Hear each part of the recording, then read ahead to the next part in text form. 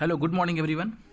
तो हम लोग थर्मोडायनेमिक्स पढ़ रहे थे और उसमें हम लोग ऑलमोस्ट सारे प्रोसेस के बारे में पढ़ चुके थे कि आइसोबारिक प्रोसेस क्या होता है, आइसोकोरिक क्या होता है, आइसोथर्मल क्या होता है, एडियाबेटिक क्या होता है, पॉलीट्रोपिक क्या होता है, कैसे न्यूमेरिकल को सोल्व करते हैं, कैसे अप्रोच करते हैं। तो उसी में आगे बढ़ते हुए हम लोग अब साइक्लिक प्रोसेस के बारे में पढ़ेंगे। ठीक है, तो साइक्लिक प्रोसेस कुछ नहीं होता है। अगर मान लिया जाए कि किसी एक पॉइंट से तुमने स्टार्ट किया काम करना, काम करते गए कोई एक प्रोसेस कंप्लीट किए और काम करते करते वापिस जहां से स्टार्ट किए थे वहीं पहुंच गए और वहां पे अपना काम फिनिश किया, तो ऐसे प्रोसेस को हम लोग कहते हैं साइक्लिक प्रोसेस। जैसे इसमें देखो, हमने ए पॉइंट से शुरू किया था, ए से काम करते करते ये डायरेक्शन देखो हमने बी तक आया, रुका नहीं, फिर बी से काम करना स्टार्ट किया और रिटर्न आ गया और रिटर्न आते आते फिर से ए पे पहुंच गया। तो ऐसे प्रोसेस को भी हम साइक्लिक प्रोसेस कहेंगे। ठीक है, कोई जरूरी नहीं है कि क्लोज कर्व बनेगा तभी वो साइक्लिक प्रोसेस होगा। ठीक है, बट इसको हम लोग इसलिए नहीं पढ़ते हैं क्योंकि जितना वर्क इसको लगा होगा ए से बी आने में जितना वर्क लगा होगा वो ये वाला एरिया लगा होगा और ए से बी आने में कौन सा प्रोसेस हो रहा है, एक्सपेंशन हो रहा है, कॉम्प्रेशन हो रहा है। तुम खुद सोचो, ए पे जब ऐसे प्लॉट किए थे तो वॉल्यूम इतना था, यहां से मेजर करते हैं इतना वॉल्यूम था, जब बी को यहां प्लॉट किए तो वॉल्यूम इतना था, वॉल्यूम बढ़ रहा था, मतलब एक्सपेंशन प्रोसेस था। मतलब कि WAB कितना आया था, पॉजिटिव आया था, कितना, ये वाला एरिया के बराबर। फिर जब तुम बी से ए की तरफ गए, बी से चालू किए और ए तक पहुंचे, तब भी तो एरिया तो उतना ही था बाबू, एरिया तो उतना ही था, मतलब वर्क डन तो उतना ही आएगा, WBA उतना ही आएगा जितना WAB आया था। लेकिन जब तुम B से A जा रहे हो तो B तुम्हारा इनिशियल पॉइंट है और A तुम्हारा फाइनल पॉइंट है। B पे वॉल्यूम इतना है, A पे वॉल्यूम सिर्फ इतना ही है, मतलब कि A का वॉल्यूम सिर्फ इतना और B का वॉल्यूम इतना, मतलब वॉल्यूम कम गया है फाइनल में। इसका मतलब है कि कंप्रेशन हो रहा है, मतलब WBA निगेटिव होगा और WAB पॉजिटिव होगा और वैल्यू में दोनों सेम होगा, तो A टू B करने में सपोज तुम 10 जूल काम किए plus because of expansion and B to A जाने में तुमने 10 जूल वर्क किया, कितना, माइनस बिकॉज ऑफ कंप्रेशन, तो टोटल वर्क कितना हो गया, +10 - 10 = 0। तो हम लोग ऐसे प्रोसेस के लिए इंटरेस्टेड नहीं होते हैं जिसमें कुछ वर्क डन ही नहीं मिले, तो ये काम का नहीं है, ये फालतू है। अब असली चीज पे आते हैं। एक चीज और कि किसी भी साइक्लिक प्रोसेस का जो इंटरनल एनर्जी होता है, इंटरनल एनर्जी किसके प्रोसेस के लिए, साइक्लिक प्रोसेस के लिए, वो हमेशा 0 होता है। क्यों? डेल्टा यू का क्या फार्मूला होता है, F/2 NR ΔT, यही ना फार्मूला होता है बाबू, होता है कि नहीं होता डेल्टा यू का, अरे होता है कि नहीं होता है ना। ओके, तो डेल्टा टी क्या है, टेम्परेचर डिफरेंस। कौन सा टेम्परेचर डिफरेंस, तो T final minus T initial. ठीक है, साइक्लिक प्रोसेस कहता क्या है कि जहां से शुरू किया वहीं पे खत्म करना है, मतलब कि फाइनल भी वही पॉइंट, इनिशियल भी वही पॉइंट। तो टेम्परेचर तो एक पॉइंट का एक ही होगा, मतलब कि दोनों टेम्परेचर सेम हो जाएगा, तो टेम्परेचर डिफरेंस 0 हो जाएगा, तो इंटरनल एनर्जी 0 हो जाएगा। इसीलिए साइक्लिक प्रोसेस का इंटरनल एनर्जी हमेशा 0 होता है, माइंड में बैठा लो। क्यों? क्योंकि जहां से शुरू किए थे वहीं पे फिनिश कर रहे हैं और जहां से शुरू करते हैं वहीं पे फिनिश करेंगे, तो टेम्परेचर डिफरेंस तो 0 आएगा ही। चूंकि ए पॉइंट से शुरू किए थे तो ए पॉइंट का टेम्परेचर मान लीजिए कि 100 केल्विन था, बी पे आए और फिर बी से चल के वापस ए पे आ गए, तो फिर से टेम्परेचर तो 100 केल्विन पे पहुंच गया, तो 100 - 100 0, तो डेल्टा टी 0, तो डेल्टा यू 0। तो किसी भी साइक्लिक प्रोसेस का इंटरनल एनर्जी 0 होता है। ठीक है बाबू, अब आगे आते हैं। जैसे एक प्रोसेस दिया हुआ था, इसमें P2V एक प्रोसेस था, P वर्सेस V में एक ऐसे दिया हुआ था, तो पूछा था कि इसमें कितना वर्क डन होगा, क्या होगा। तो हमको पता है कि एरिया PV डायग्राम के अंदर जो एरिया बनता है वही तो वर्क डन देता है। ठीक है, ओके। जब कोई क्लोज बनता हो, जब साइकिल में कंप्लीट हो रहा हो, जैसे देखो एक क्लोज साइकिल है, इस पॉइंट से शुरू किया, चलते चलते इसी पॉइंट पे पहुंच गया, इसका डायरेक्शन ऐसे, इसका डायरेक्शन ऐसे, ठीक है, इसका डायरेक्शन ऐसे, इसका डायरेक्शन ऐसे, तो total work done by the gas, इसमें जो टोटल वर्क डन निकालना होगा, total work done by the gas equal to area enclosed by curve. अगर कोई साइक्लिक प्रोसेस बन रहा है तो जितना एरिया क्लोज है, क्लोज एरिया कितना से कितना, सिर्फ ये वाला एरिया क्लोज है जो सर्कल के अंदर वाला पार्ट है, अगर इसका एरिया निकाल दो तो ये जो एरिया आएगा वही एरिया क्या कहलाएगा, इसका वर्क डन कहलाएगा। तब से अगर कुछ ऐसा न्यूमेरिकल हो जो क्लोज हो, ये कुछ भी हो सकता है, इसके बदले से ट्रायंगल भी हो सकता है, इसके बदले एक रेक्टेंगल भी हो सकता है, कुछ भी हो सकता है, बट क्लोज वाले का एरिया निकालना है अगर साइक्लिक प्रोसेस है तो वो जो एरिया आएगा वो वर्क डन कहलाएगा। ठीक है। दूसरी बात कि अगर साइकिल क्लॉकवाइज हो, साइकिल कैसा हो, क्लॉकवाइज, देखो यहां पे क्लॉकवाइज है कि नहीं है, ऐसे घड़ी की सुई की तरह ऐसे चल रहा है कि नहीं चल रहा है, देखो यहां पे ऐसे है, यहां पे ऐसे है, ऐसे चल रहा है। तो जब क्लॉकवाइज हो तो एरिया हमेशा पॉजिटिव होता है, एरिया कैसा होता है, पॉजिटिव होता है। और एंटी क्लॉकवाइज, अगर इसी में डायरेक्शन ऐसा नहीं होके डायरेक्शन ऐसे बनाया होता तो एंटी क्लॉकवाइज हो जाता, ऐसे घूम रहा था तो वर्क डन निगेटिव हो जाता।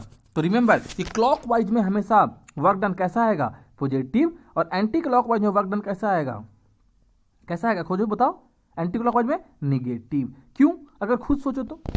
चलो एक एक्सपेरिमेंट करके देखते हैं, हमको भी नहीं पता, लेट्स सी, देखते हैं। अगर हमको इसका वर्क डन निकालना होता, ठीक है, यहां से यहां तक, मान लेते हैं कि यहां से ये इनिशियल पॉइंट था, मान लिया जाए ये इनिशियल पॉइंट था, यहां से यहां तक जब आया, यहां से जब यहां तक आया, दो प्रोसेस में इसको बांट लेते हैं, एक प्रोसेस यहां से लेके यहां तक और दूसरा प्रोसेस यहां से लेके यहां तक।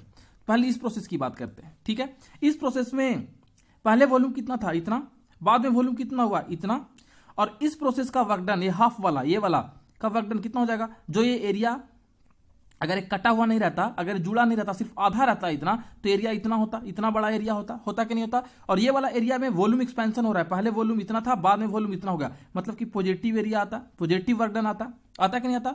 सेकेंड पार्ट में ये हाफ पार्ट को अगर हम सोल्व करते तो इसका कितना एरिया आता, सिर्फ ये वाला पार्ट रहता, इसका रहता कि नहीं रहता, अगर क्लोज नहीं है तो, अगर क्लोज नहीं है तो ये हमारा आधा पार्ट था ना, तो एक ये ऐसे खींचते और ये वाला एरिया निकालते, तो देखो ये वाला एरिया तो कम है। पहले क्या कौन सा एरिया निकाले थे, पहले ये वाला एरिया निकाले थे, ये वाला एरिया तो यहां तक था, ये वाला एरिया सिर्फ इतना ही तक है, ये पूरा एरिया था ऊपर वाले में, इस वाले में सिर्फ इतना ही एरिया है, सिर्फ इतना एरिया है, ये वाला पार्ट। और ये कंप्रेशन हो रहा है, यहां पे वॉल्यूम इतना ज्यादा था, जब फाइनल पहुंचा तो वॉल्यूम इतना ही है, तो कंप्रेशन में माइनस वर्क डन आता है यहां पे। तो बड़ा वाला जो पॉजिटिव वाला वर्क डन आया है वो ज्यादा एरिया है, और जो कम वाला एरिया आया है, इतना सा ये वाला एरिया जो आया है ये तो माइनस में आया है और ये कम है, मतलब पॉजिटिव वर्क डन होगा, इसीलिए क्लॉकवाइज में हमेशा पॉजिटिव वर्क डन आता है। ये एक्सप्लेनेशन था। ठीक है, आगे देखते हैं। जैसे एक P वर्सेस V में कर्व दिया हुआ है, A B C D, A to B, B to C, C to D, D to A, कोई प्रोसेस हो रहा है और बोला है कि प्रेशर यहाँ पे P नोट है, यहाँ का प्रेशर 2 P नोट है, यहाँ का प्रेशर P नोट है, यहाँ का वॉल्यूम V नोट है, इसको नीचे प्लॉट किया तो ये वॉल्यूम 2 V नोट है। तो सबसे पहले तो इसको प्लॉट करना हम ऑलरेडी सिखा चुके हैं, हमको टीवी कर्व पे प्लॉट करवाना था। किस कौन से प्लॉट पे, टीवी। ओके, तो टीवी इसमें क्या नोन है, हमको V नोन है कि एक AB का लाइन ऐसे V नोट पे है, दूसरा CD का लाइन 2 V नोट पे है, तो हमने भी बना दिया AB का लाइन V नोट पे और CD का लाइन 2 V नोट पे, और लिख दिया कि ये AB का है और ये CD का है। ठीक है, अब दूसरा जो हमको कर्व बनाना था वो कौन सा बनाना था, AD का बनाना था और BC का बनाना था, लेकिन यहां पे तो प्रेशर है ही नहीं, तो बनाने में थोड़ा दिक्कत होगा। तो कोई दिक्कत नहीं होगा, हमको पता है कि PV इजिकल टू क्या होता है, NRT होता है, तो T इजिकल टू क्या हो जाएगा, PV बाई NR होगा कि नहीं होगा। अब T by V equal to क्या होगा, T by V equal to क्या हो जाएगा, P by NR, T by V equal to क्या हो जाएगा, P by NR, T by V equal to क्या होगा, P बाई NR। अब देखो NR तो कांस्टेंट चीज है, NR कांस्टेंट है, हमको T वर्सेस V तो बनाना था। T बाई V में जिसका प्रेशर ज्यादा होगा, T बाई V तो स्लोप कहलाएगा, जिसका प्रेशर ज्यादा होगा उसका स्लोप ज्यादा होगा कि नहीं होगा। और यहां पे देख लो वॉल्यूम कांस्टेंट है कि नहीं है, देखो यहां पे सब कुछ कांस्टेंट है। T इजिकल टू जो टेम्परेचर को जो कर्व बनाना है P NR V, अगर एक पॉइंट की बात करें तो देखो प्रेशर कांस्टेंट है, वॉल्यूम कांस्टेंट, मतलब ये डायरेक्टली प्रोपोर्शनल आ रहा है, T is directly proportional to volume या डायरेक्टली प्रोपोर्शनल टू प्रेशर आ रहा है। अगर कोई एक चीज को लोगे तो यानी कि मतलब है कि जो ग्राफ जाएगा ये ओरिजिन से जाएगा। अब कौन सा ग्राफ ऊपर होगा कौन सा ग्राफ नीचे होगा उसके लिए हम ये देख लेते हैं। T by V equal to P by NR आया है, NR कांस्टेंट है और T बाई V क्या होता है, स्लोप, और इधर P है, मतलब जिसका ज्यादा प्रेशर होगा उसका स्लोप ज्यादा होगा। ज्यादा प्रेशर किसका है, BC का, मतलब BC का स्लोप ज्यादा होगा, तो ये लाइन BC का होगा क्योंकि ये लाइन का स्लोप ज्यादा है। प्रेशर कम किसका है, एडी का, तो देखो ये एडी का लाइन है, क्यों? चूंकि इसका स्लोप कम है तो इस तरह से ग्राफ बन गया। जिसका स्लोप ज्यादा, इसका स्लोप ज्यादा, इसका नीचे वाले एडी का स्लोप कम, तो इस तरह से कर्व भी बन गया। सिमिलरली पीटी कर्व है, बना के देखना, ट्राई करना, ऑलरेडी बताया हुआ है सब कर्व बनाने के लिए, ठीक है। अब आते हैं first law of thermodynamics. First law of thermodynamics भी ऑलरेडी मैं आपको एक बार एक्सप्लेन कर चुका हूं प्रीवियस वीडियो में, जिसमें बोला था कि ये जो है एनर्जी कंजर्वेशन प्रिंसिपल पे वर्क करता है, ठीक है।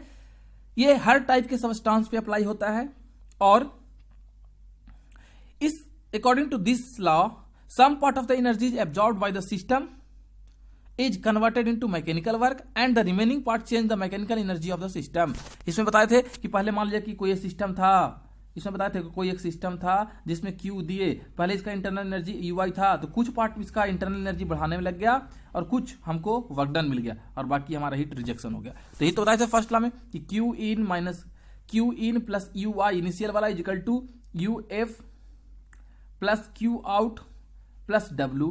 इसको एक तरह से लिख दे तो Q in minus Q out is equal to W plus UF minus UI, और UF माइनस UI को हम लोग लिख सकते हैं डेल्टा U, W तो W है और इसको डेल्टा Q। तो यही तो फर्स्ट लॉ बोला था। फर्स्ट लॉ क्या बोला था? यही तो फर्स्ट लॉ बोला था कि delta Q is equal to DU plus W होता है। ये तो हम लोग कब से पढ़ रहे हैं, ठीक है। फिर से एक बार रिवाइज कर लिए हम लोग, ठीक है।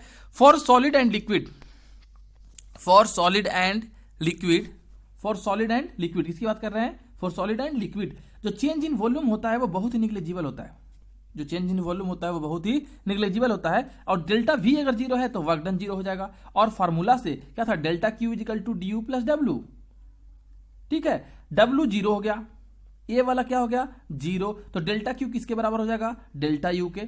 तो डेल्टा U क्या हो जाएगा? डेल्टा Q क्या होता है? MS डेल्टा T, तो delta U is equal to MS delta T हो जाएगा। किसके लिए? सॉलिड और लिक्विड के लिए। लेकिन अगर हम गैस की बात करेंगे, किसकी बात करेंगे? गैस की, तो गैस में जो डेल्टा U होता है वो F/2 NR डेल्टा T होता है। रिमेंबर, अगर गैस सोल्व कर रहे हो तो डेल्टा U का ये फार्मूला आंख बंद करके लगाना है, लेकिन अगर सॉलिड या लिक्विड का सोल्व कर रहे हो तो delta Q equal to delta U equal to MS delta T, ये वाले कॉन्सेप्ट पे सोल्व करना है।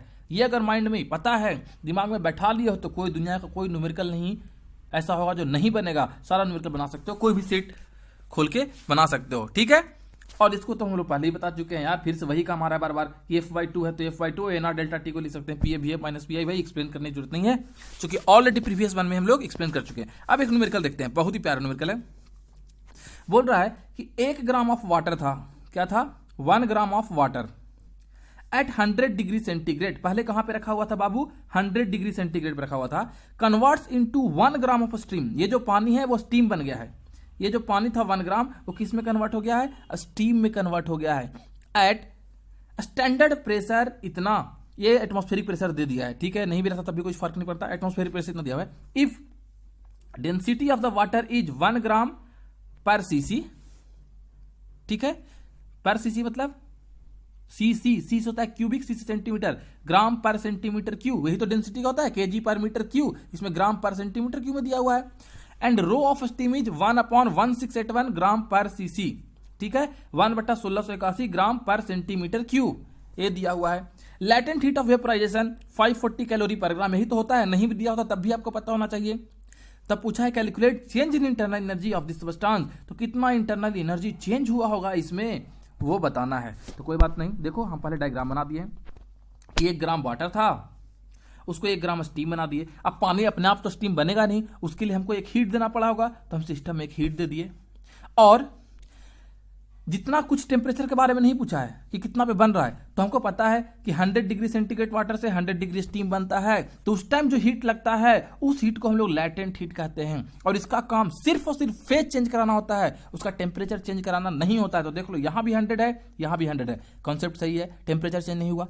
यहां पानी था, यहां स्टीम बन गया, फेज चेंज हुआ, मतलब ये कॉन्सेप्ट सही है कि लैटेंट हीट ही होगा, ठीक है। और लैटेंट हीट कितना हीट देना पड़ा होगा वो निकाल सकते हैं। डेल्टा Q इक्वल टू क्या होता है? Mass into latent heat of vaporisation. Mass कितना है? 1 ग्राम, और लैटेंट हीट ऑफ वेपराइजेशन कितना था? 540 कैलोरी पर ग्राम। तो टोटल हीट कितना देना पड़ा? 540 कैलोरी देना पड़ा 1 ग्राम पानी को 1 ग्राम स्टीम बनाने के लिए, ठीक है। तो यहां से हमको डेल्टा Q पता चल गया, ओके, डेल्टा Q पता चल गया। अब कांस्टेंट प्रेशर प्रोसेस पे अप्लाई हो रहा है, क्वेश्चन में पहले ही बोल दिया कि एटमॉस्फेरिक प्रेशर पे पूरा सिस्टम ऑपरेट किया है, तो जब कांस्टेंट प्रेशर प्रोसेस होता है, कांस्टेंट प्रेशर प्रोसेस, तो W इक्वल टू क्या फार्मूला होता था, PdV होता था। और ये कौन सा प्रोसेस है, एक्सपेंशन प्रोसेस है। क्यों भैया, पानी से स्टीम बन रहा है तो एक्सपेंड ही होगा ना, एक्सपेंशन प्रोसेस है। प्रेशर दिया हुआ है कितना, 10⁵, बाकी क्या लिखना है, डेल्टा V मतलब V final minus V initial. अब गौर से देखो, डेंसिटी इक्वल टू क्या होता है, मास अपॉन वॉल्यूम, तो वॉल्यूम इक्वल टू क्या हो जाएगा, मास अपॉन रो। तो फाइनल वॉल्यूम जो फाइनल बना वो क्या बना था, स्टीम का। तो देख लो V ऑफ स्टीम, तो यहां पे क्या लिखना चाहिए था हमको, एक लाइन और देता हूं, यहां पे लिखना चाहिए था हमको P into volume of steam minus volume of water, यही ना। अब देखो यही है, P 10⁵, तो 10⁵, वॉल्यूम क्या होता है, मास अपॉन रो, मास कितना था 1 ग्राम, तो 1 ग्राम डिवाइडेड बाई रो, किसका, स्टीम का, चूंकि पहले स्टीम का लिखना है, माइनस 1 ग्राम ही तो पानी था, डिवाइडेड बाई रो किसका, वाटर का, चूंकि V equal to mass upon rho होता है, ये भी हम लोग देख चुके हैं। पुट कर दो, रो का स्टीम दिया हुआ था, वाटर का डेंसिटी दिया हुआ था, सब कुछ दिया हुआ था। वहां जब पुट किया तो वर्क डन इक्वल टू आ गया 168 जूल, क्योंकि क्वेश्चन में दिया हुआ है कि रो ऑफ स्टीम कितना है, रो ऑफ वाटर कितना है, क्वेश्चन में दिया हुआ है। पुट कर दिया तो वर्क डन आ गया कितना जी, 168 जूल। वर्क डन कितना आ गया, 168 जूल। अगर हमको कैलोरी में चाहिए, क्योंकि हमको हीट किस में है, कैलोरी में, ऑप्शन देख लेंगे हम मेरे को सोल्व करते टाइम कि कैलोरी में चाहिए कि जूल में चाहिए।